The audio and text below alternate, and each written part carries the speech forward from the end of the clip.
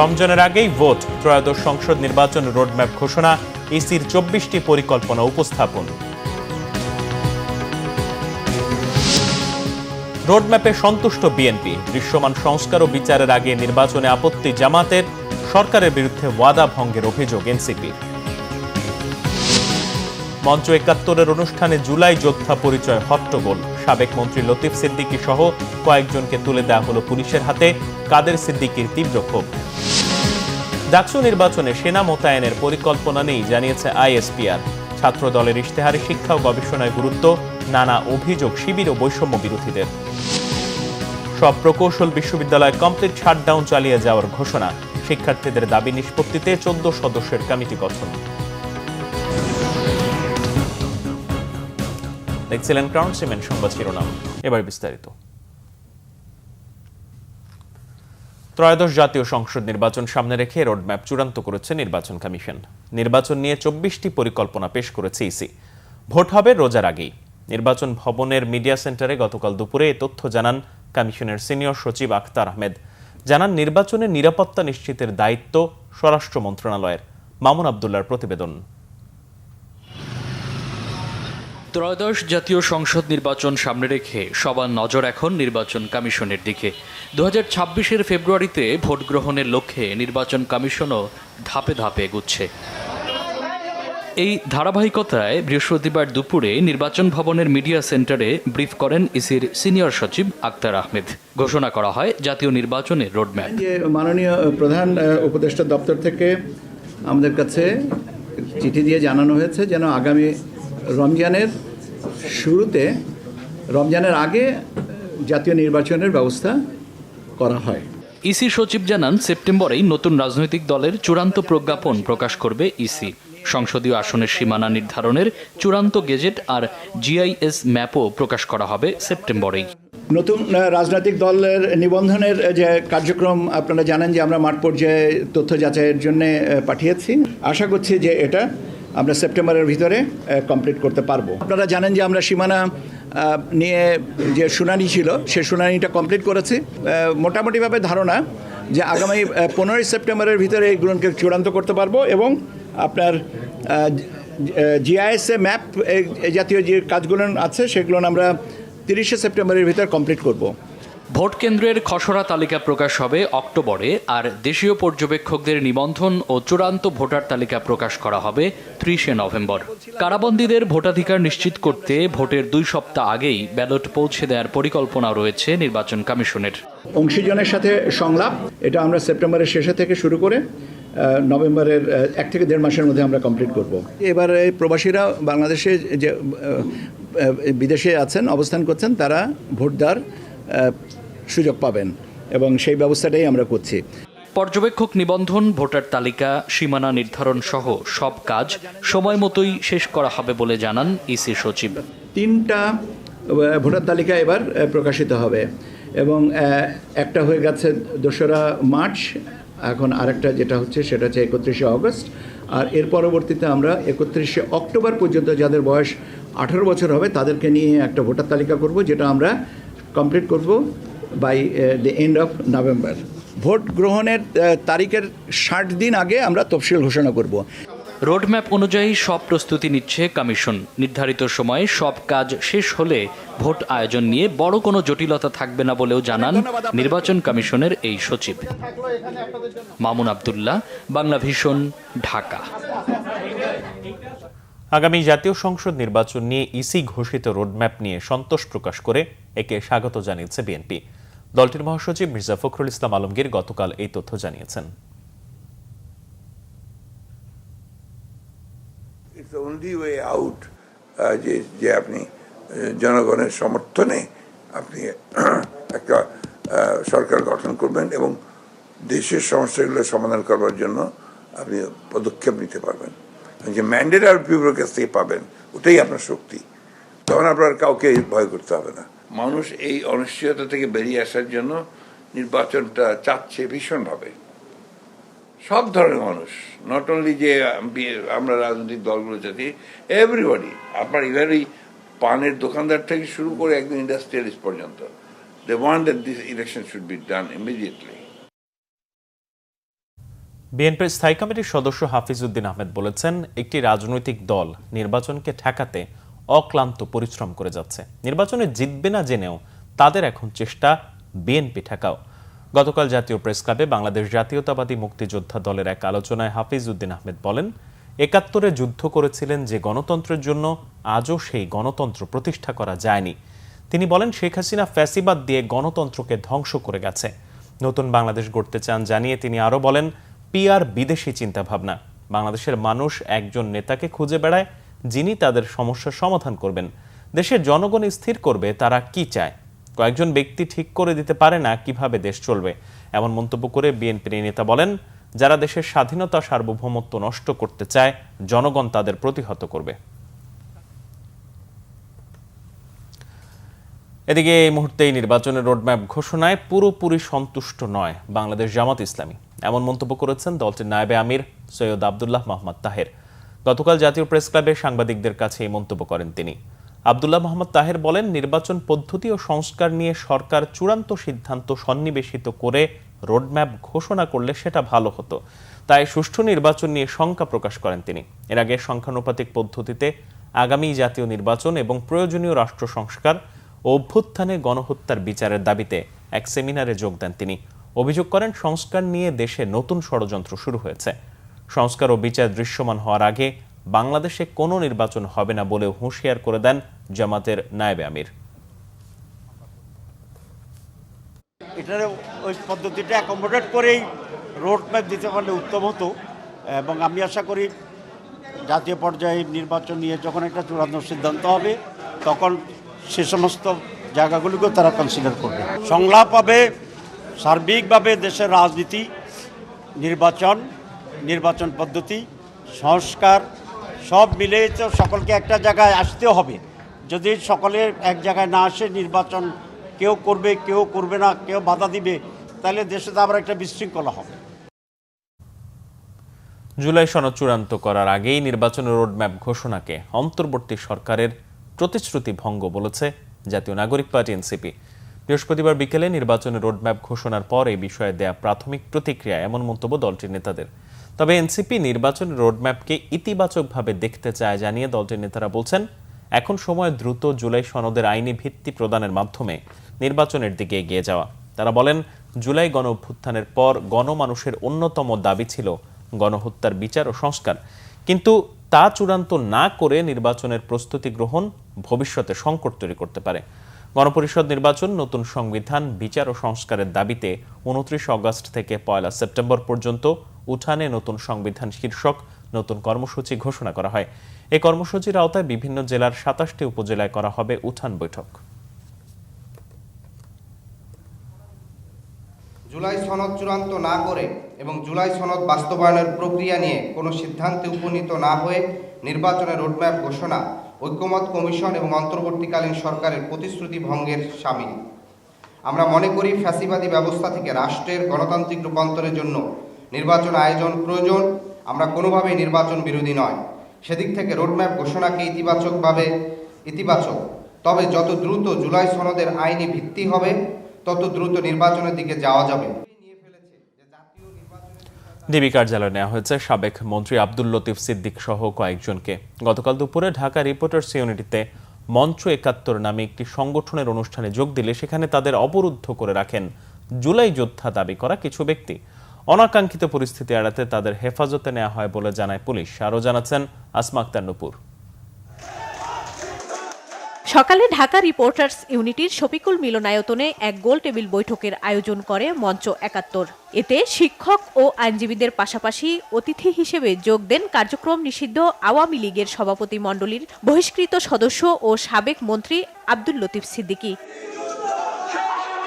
সকাল 11টার দিকে নানা স্লোগানে আলামিন রাসেলের নেতৃত্বে জুলাই যোদ্ধা পরিচয়ে কয়েকজন অনুষ্ঠান স্থল ঘেরাও করে। অনুষ্ঠানে অংশগ্রহণকারীদের হেনস্থা করে তারা।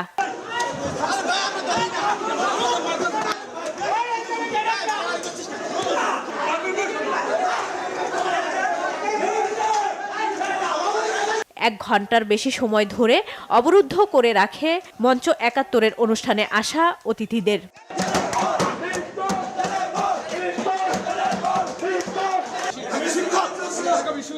আমি আওয়ামী ফ্যাসিবাদ না, আমি সব দলের ইয়েটাই চাই। যারা আমাকে গায়ে হাত দিচ্ছেন। অবরোধকারীদের দাবি, আলোচনা সভার আড়ালে করা হচ্ছিল ষড়যন্ত্র। মঞ্চ ৭১ তারা যথাসময়ে রিপোর্টার সিরিজ প্রোগ্রাম শুরু করেছিল। আমাদের বিভিন্ন হোয়াটসঅ্যাপ গ্রুপের মাধ্যমে জুলাই যোদ্ধা, ২৪-এর গণ অভ্যুত্থান আন্দোলনে অংশগ্রহণকারী স্টেক হোল্ডারগণ এখানে সমবেত হয়েছে। আমরা বারংবার আপনাদের মাধ্যমে তাদেরকে আমরা অনুরোধ করেছি আপনারা প্রোগ্রাম ক্লোজ করে চলে যান। তারা আমাদের সাথে বাকবিতণ্ডা জড়িত হয়েছে। পরে পুলিশ এসে লতিফ সিদ্দিকী সহ অবরুদ্ধ ব্যক্তিদের নিয়ে যায়। এ বিষয়ে আইন অনুযায়ী ব্যবস্থা নেওয়া হবে বলে জানায় পুলিশ। আমরা খবর পেয়েছি যে এখানে আপনাদের লতিফ সিদ্দিকী সহ আওয়ামী লীগ এবং যুবলীগের এরা নাকি এখানে জড়ো হয়েছিল, মিটিং করছিল। ওই খবর পেয়ে আমরা আসছি, এসে আপনারা দেখছেন যে এরা মানে জনগণই আমাদের হাতে তুলে দিয়েছে। আমরা এখনো যাই না যে কে আসলে মুক্তিযোদ্ধাকে, আমরা এটা যাচাই বাছাই করবো, যাচাই করে লিগাল যে প্রসিডিউর হবে আইনগত ব্যবস্থা সেটা আমরা পদক্ষেপ গ্রহণ করব। বিকেলে লতিফ সিদ্দিকী সহ অন্যদের গোয়েন্দা পুলিশ কার্যালয়ে নেওয়া হয় বলে জানায় পুলিশ। আসমা আক্তার নূপুর, বাংলাভিশন, ঢাকা।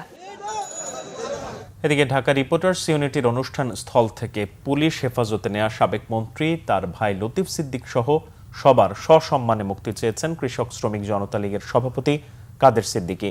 বৃহস্পতিবার টাঙ্গাইলের নিজ বাসভবনে সংবাদ সম্মেলন করে এমন ঘটনা যাতে ভবিষ্যতে না হয় সেই জন্য অধ্যাপক ইউনূসের কাছে আহ্বান জানান। কাদের সিদ্দিকী বলেন, মঞ্চ ৭১ নামের এক সংগঠনের ব্যানারে ঢাকা রিপোর্টার্স ইউনিটিতে এক আলোচনায় বড় ভাই লতিফ সিদ্দিকী যান। সে সময় কিছু লোক মব সৃষ্টি করে অনুষ্ঠান বানচাল করে দিয়েছে। কোনো গণতান্ত্রিক দেশে কারো সভা সমাবেশ বানচাল করার সাংবিধানিক বা আইনানুগ কোনো সুযোগ নেই। কাদের সিদ্দিকী বলেন, ২৪ অগাস্টের বৈষম্য বিরোধী বিজয় স্বাধীনতার কাছাকাছি মনে করেন, কিন্তু সেই বিজয়ী বীরদের কার্যকলাপে দেশের মানুষ অতিষ্ঠ হয়ে উঠেছে। তাদের এই বিজয় ১ বছরেই ধ্বংসের দিকে, এটা কখনো আশা করেন না তিনি। গুম প্রতিরোধ, প্রতিকার ও সুরক্ষা অধ্যাদেশের নীতিগত অনুমোদন দিয়েছে উপদেষ্টা পরিষদ। বৃহস্পতিবার প্রধান উপদেষ্টা ডক্টর মোহাম্মদ ইউনূসের সভাপতিত্বে উপদেষ্টা পরিষদের বৈঠকে এই অনুমোদন দেওয়া হয়। পরবর্তীতে অধ্যাদেশের খসড়া তৈরির নির্দেশনা দেন প্রধান উপদেষ্টা। এছাড়া চিলাহাটি সহ ৩টি স্থলবন্দর বন্ধের অনুমোদনও দেয় উপদেষ্টা পরিষদ। আলোচনা হয় প্রকৌশল বিশ্ববিদ্যালয়ের শিক্ষার্থীদের আন্দোলন নিয়েও। প্রধান উপদেষ্টার কার্যালয়ে অনুষ্ঠিত বিনিয়োগ পরিস্থিতি নিয়ে আরেকটি বৈঠকও হয়েছে। এতে দেশে বিনিয়োগ হার বৈশ্বিক হারের সাথে সামঞ্জস্যপূর্ণ বলে জানান প্রধান উপদেষ্টার আন্তর্জাতিক বিষয়ক বিশেষ দূত লুৎফে সিদ্দিকী।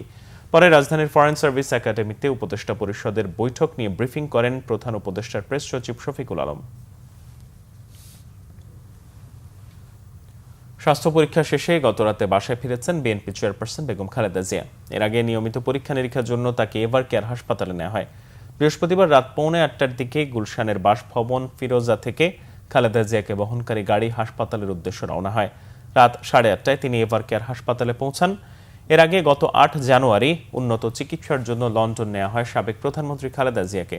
লন্ডন ক্লিনিকে 17 দিন চিকিৎসাধীন থাকার পর 25 জানুয়ারি খালেদা জিয়া তার ছেলে তারেক রহমানের বাসায় লন্ডনের ক্লিনিকের বিশেষজ্ঞ চিকিৎসক অধ্যাপক প্যাট্রিক কেনেডি ও অধ্যাপক জেনিফার ক্রসের তত্ত্বাবধানে চিকিৎসা নেন। লন্ডনে উন্নত চিকিৎসা শেষে গত 6 মে দেশে ফেরেন তিনি। ঢাকা বিশ্ববিদ্যালয়ের ছাত্র সংসদ নির্বাচনে সেনা সদস্য মোতায়েনের কোনো পরিকল্পনা নেই, বাহিনীটির পক্ষ থেকে এ তথ্য জানানো হয়েছে। বৃহস্পতিবার আইএসপিআর এক সংবাদ বিজ্ঞপ্তিতে জানানো হয়, সম্প্রতি বিভিন্ন গণমাধ্যম ও সামাজিক যোগাযোগ মাধ্যমে বিশ্ববিদ্যালয় সমূহের ছাত্র সংসদ নির্বাচনকে কেন্দ্র করে সেনাবাহিনী মোতায়েন সংক্রান্ত সংবাদ প্রচারিত হচ্ছে, যা সেনাবাহিনীর দৃষ্টিগোচর হয়েছে।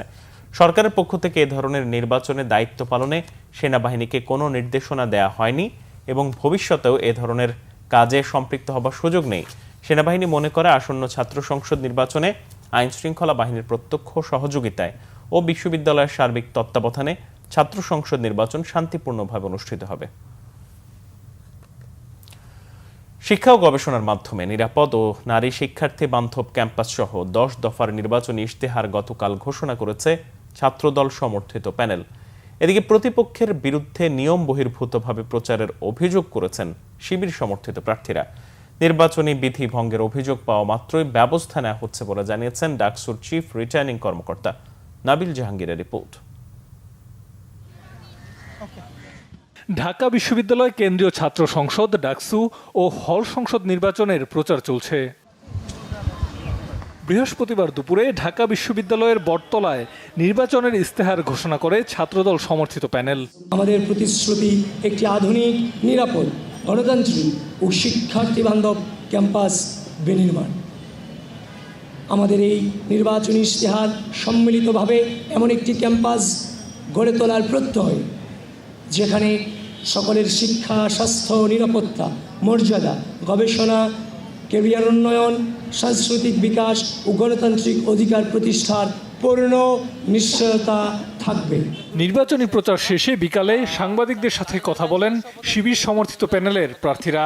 প্রশাসনের বিরুদ্ধে পক্ষপাতিত্বের অভিযোগ অন্যান্য প্রার্থীদেরও।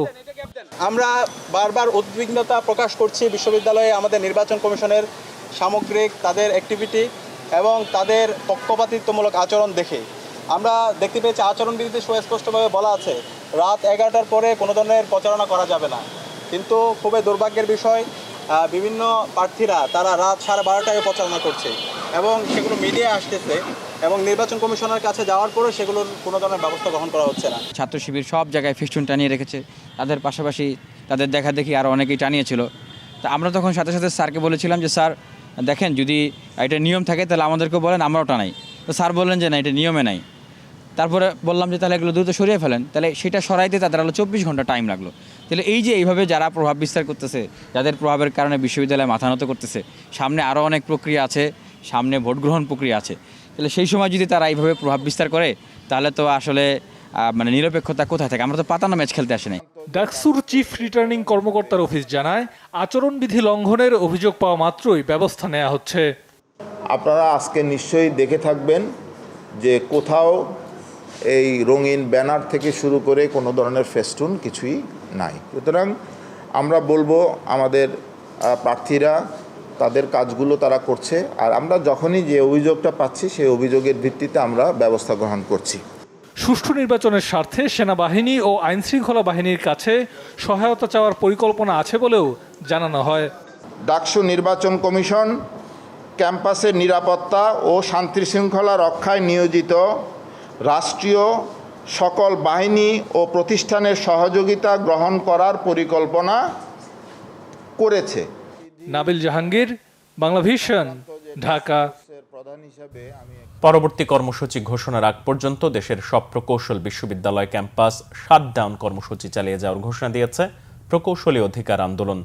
গতকাল বিকালে ইনস্টিটিউট অব ইঞ্জিনিয়ার্স বাংলাদেশ মিলনায়তনে সংবাদ সম্মেলনে এই ঘোষণা দেন প্রকৌশলী অধিকার আন্দোলনের সভাপতি মোহাম্মদ ওয়ালিউল্লাহ। তিনি বলেন, জনদুর্ভোগ বিবেচনায় ব্লকেট কর্মসূচি দেয়া হবে না। সংবাদ সম্মেলনে ঘোষিত কর্মসূচির মধ্যে রয়েছে আগামী সপ্তাহে বিভাগীয় সমাবেশ কর্মসূচি এবং বিভাগীয় সমাবেশ শেষ করে মহাসমাবেশ করার কথা জানিয়েছেন প্রকৌশল বিশ্ববিদ্যালয়ের আন্দোলনরত শিক্ষার্থীরা। বুধবার আন্দোলনকারীদের সঙ্গে পুলিশের সংঘর্ষের ঘটনায় ক্ষোভ প্রকাশ করেন তারা। বিএসসি প্রকৌশলী ও ডিপ্লোমা প্রকৌশলীদের সমস্যা সমাধানে 14 সদস্যের ওয়ার্কিং কমিটি গঠন করা হয়েছে। বৃহস্পতিবার সরকার গঠিত কমিটির বৈঠক শেষে এই তথ্য জানান বন, পরিবেশ ও জলবায়ু উপদেষ্টা সৈয়দা রিজওয়ানা হাসান। বৈঠক শেষে কমিটির সভাপতি বিদ্যুৎ ও জ্বালানি উপদেষ্টা ফাউজুল কবির খান বলেন, কমিটি কিভাবে কাজ করবে সেটা নির্ধারণ করা হয়েছে, দুপক্ষের দাবির বিষয়গুলো পর্যালোচনা করা হচ্ছে। বন ও পরিবেশ উপদেষ্টা বলেন, প্রকৌশলী নিয়োগের সাথে সংশ্লিষ্ট সরকারের বিভিন্ন প্রতিষ্ঠান ও একাডেমির প্রতিষ্ঠানের সদস্যদের যুক্ত করে ওয়ার্কিং কমিটি গঠন হয়েছে। তারা সব বিষয় পর্যালোচনা করবে। দীর্ঘদিনের সমস্যা চাইলেই রাতারাতি সমাধান করা যায় না বলেও মন্তব্য করেন তিনি। সংক্ষুব্ধরা চাইলে সরকার গঠিত কমিটি বা ওয়ার্কিং কমিটির কাছে তাদের দাবি জানাতে পারেন, তবে আন্দোলনের নামে জনদুর্ভোগ তৈরির সুযোগ নেই। ক্যান্সার হাসপাতালের সাবেক পরিচালক প্রফেসর শেখ গোলাম মোস্তফার ব্যাংক অ্যাকাউন্ট থেকে 200 কোটি টাকার চেক হাতিয়ে নিয়েছে একটি সংঘবদ্ধ চক্র। বাংলা ভিশনে এমন সংবাদ পরিবেশনের পর জাতীয় ক্যান্সার গবেষণা ইনস্টিটিউটে অভিযান পরিচালনা করেছে দুর্নীতি দমন কমিশন দুদক। বৃহস্পতিবার সংস্থাটির 2 সদস্যের টিম নথিপত্রে জব্দে ক্যান্সার হাসপাতাল সহ বিভিন্ন জায়গায় অভিযান চালায়। দুদকের অভিযোগে বলা হয়েছে, চলতি বছরের জানুয়ারিতে ডাক্তার গোলাম মোস্তফা স্বাস্থ্য উপদেষ্টা হওয়ার আশায় এক সমন্বয়ক গ্রুপকে 10 লাখ টাকা নগদ এবং 200 কোটি টাকার 4টি চেক দেন। তার ভিত্তিতে গোলাম মোস্তফার অবৈধ সম্পদের ফিরিস্তি খুঁজতে তার সাবেক কর্মস্থল ক্যান্সার হাসপাতাল থেকে তার সময়কালের নথিপত্র জব্দ করে দুদক। অভিযানকারী দল বলছে, 200 কোটি টাকার চেকের নথি অন্যান্য কাগজপত্র বিশ্লেষণ করে পরবর্তী পদক্ষেপ নেবেন তারা। এদিকে ভয়ভীতি ও মব সৃষ্টির মাধ্যমে নগদ অর্থ ও 200 কোটি টাকার চেক হাতিয়ে নিয়েছে একটি চক্র, এমন অভিযোগ করেছেন জাতীয় ক্যান্সার হাসপাতালের সাবেক পরিচালক ডাক্তার শেখ গোলাম মুস্তফা। গতকাল সকালে ক্রাইম রিপোর্টার্স অ্যাসোসিয়েশন ক্র্যাবে এক সংবাদ সম্মেলনে এমন অভিযোগ করেন তিনি। অভিযোগ করেন গেল মার্চ মাসে বেশ কয়েকজন লোক তার চেম্বারে যান, এরপর নগদ 15 লাখ টাকা ও চেক নিয়ে সেখান থেকে সরে পড়েন তারা। চেক হাতিয়ে নেওয়া মূল অভিযুক্ত জাদু মিয়া জাতীয় পার্টির সাবেক এমপি হিসেবে পরিচয় দিয়েছেন বলেও দাবি এই চিকিৎসকের। এই ঘটনায় রাজধানীর বনানী থানায় একটি সাধারণ ডায়েরি করেছেন ডাক্তার শেখ গোলাম মুস্তফা। অভিযুক্তদের দ্রুত আইনের আওতায় আনার দাবি তার। গ্যাস বিদ্যুৎ সংকট ও রাজনৈতিক অনিশ্চয়তায় ব্যবসায়ীদের অবস্থা দুর্বিষহ হয়ে উঠেছে বলে মন্তব্য করেছেন ব্যবসায়ী নেতারা। দেশের রাজনীতির অস্থিরতা এখন অর্থনীতির মূল সমস্যা বলে মনে করেন তারা। গতকাল সকালে পলিসি রিসার্চ ইনস্টিটিউট PRI আয়োজিত সামষ্টিক অর্থনীতির মাসিক পর্যালোচনা বিষয়ে আলোচনায় এই মন্তব্য করেন বাংলাদেশ চেম্বার অব ইন্ডাস্ট্রি সভাপতি আনোয়ারুল আলম চৌধুরী পারভেজ। অনুষ্ঠানে ব্যবসায়ীরা এলডিসি উত্তরণে দেশের প্রস্তুতি এবং ট্রাম্প ট্যারিফের সম্ভাবনা কাজে লাগানোর ব্যাপারে সন্দেহ প্রকাশ করেন। অন্য আলোচকরাও জানান বৈদেশিক মুদ্রার রিজার্ভ পরিস্থিতি ভালো হলেও মূল্যস্ফীতি সহনীয় হয়নি। এ বিষয়ে কেন্দ্রীয় ব্যাংকের মুখ্য অর্থনীতিবিদ ডক্টর আখতার হোসেন জানান মূল্যস্ফীতি নিয়ন্ত্রণে সংকোচনমূলক মুদ্রানীতি অব্যাহত থাকবে। রাজধানীর হাতিরঝিলে সকালে অনুষ্ঠিত হলো আন্তর্জাতিক মানের marathon run rise nation 15K 2025। প্রতিযোগিতায় দেশি বিদেশি প্রায় 2000 নিবন্ধিত রানার অংশ নেয়। 15 কিলোমিটার ম্যারাথনের বাইরে 7.5 কিলোমিটার ও শিশুদের 1 কিলোমিটার ক্যাটাগরিতে অংশ নেয় অনেকেই। ম্যারাথনে অংশ নেন বিভিন্ন খাতের স্বাস্থ্য ও ফিটনেস কমিউনিটির প্রখ্যাত ব্যক্তিত্ব ও বিশিষ্টজনরা। ম্যারাথনটি এইমস সার্টিফাইড, যা আন্তর্জাতিকভাবে বাংলাদেশকে নতুন উচ্চতায় পৌঁছে দেবে বলে আশা করা হয়।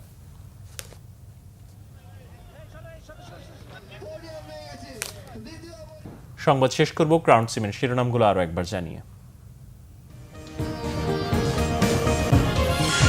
রমজানের আগেই ভোট, ত্রয়োদশ সংসদ নির্বাচন রোডম্যাপ ঘোষণা, ইসির 24টি পরিকল্পনা উপস্থাপন। রোডম্যাপে সন্তুষ্ট বিএনপি, দৃশ্যমান সংস্কার ও বিচারের আগে নির্বাচনে আপত্তি জামাতের, সরকারের বিরুদ্ধে ওয়াদা ভঙ্গের অভিযোগ এনসিপি। মঞ্চ ৭১-এর অনুষ্ঠানে জুলাই যোদ্ধা পরিচয় হট্টগোল, সাবেক মন্ত্রী লতিফ সিদ্দিকী সহ কয়েকজনকে তুলে দেওয়া হলো পুলিশের হাতে, কাদের সিদ্দিকীর তীব্র ক্ষোভ। ডাকসু নির্বাচনে সেনা মোতায়েনের পরিকল্পনা নেই জানিয়েছে আইএসপিআর। ছাত্র দলের ইশতেহারে শিক্ষা ও গবেষণায় গুরুত্ব, নানা অভিযোগ শিবির ও বৈষম্য বিরোধীদের। সব প্রকৌশল বিশ্ববিদ্যালয় কমপ্লিট শাটডাউন চালিয়ে যাওয়ার ঘোষণা, শিক্ষার্থীদের দাবি নিষ্পত্তিতে 14 সদস্যের কমিটি গঠন। এই ছিল এখনকার মতো। পরের সংবাদ সকাল 10টায়, এর আগে 9টায় রয়েছে নিউজ টপ 10 দেখার আমন্ত্রণ রইল। এছাড়া বাংলাদেশের সংবাদ ও সংবাদ সংশ্লিষ্ট অনুষ্ঠান দেখতে ভিজিট করুন www.bvnews24.com ও facebook.com/bangladeshinews এবং সাবস্ক্রাইব করুন youtube.com/bangladeshinews। ধন্যবাদ।